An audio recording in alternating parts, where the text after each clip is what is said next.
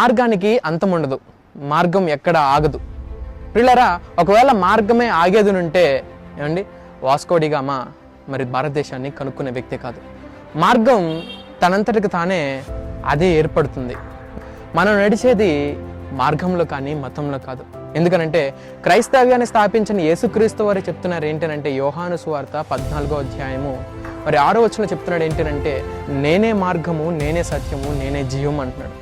క్రైస్తవ్యాన్ని స్థాపించిన యేసుక్రీస్తు వారే మాట్లాడుతున్నారు, క్రైస్తవ్యం ఒక మార్గం అని, మతం కాదని. ప్రియులారా, మార్గాన్ని ఎవరు ఆపలేరు. భూమార్గం ఆగిపోతే సముద్ర మార్గం, సముద్ర మార్గం ఆగిపోతే ఆకాశ మార్గం. ఇలా మార్గం తనంతట తానే ఏర్పరచుకుంటుంది, కానీ మార్గాన్ని ఎవరూ ఆపలేరు. క్రైస్తవ్యం కూడా మార్గం లాంటిదే. అండ్ భూమార్గం ఆగిపోతే ఏం, సముద్ర మార్గం ఉంది. సముద్ర మార్గం ఆగిపోతే ఏం, ఆకాశ మార్గం ఉంది. అంటే మార్గంలా అది ఏర్పరచుకొని వెళ్ళిపోతుందే కానీ ఒకరు ఆపితే అది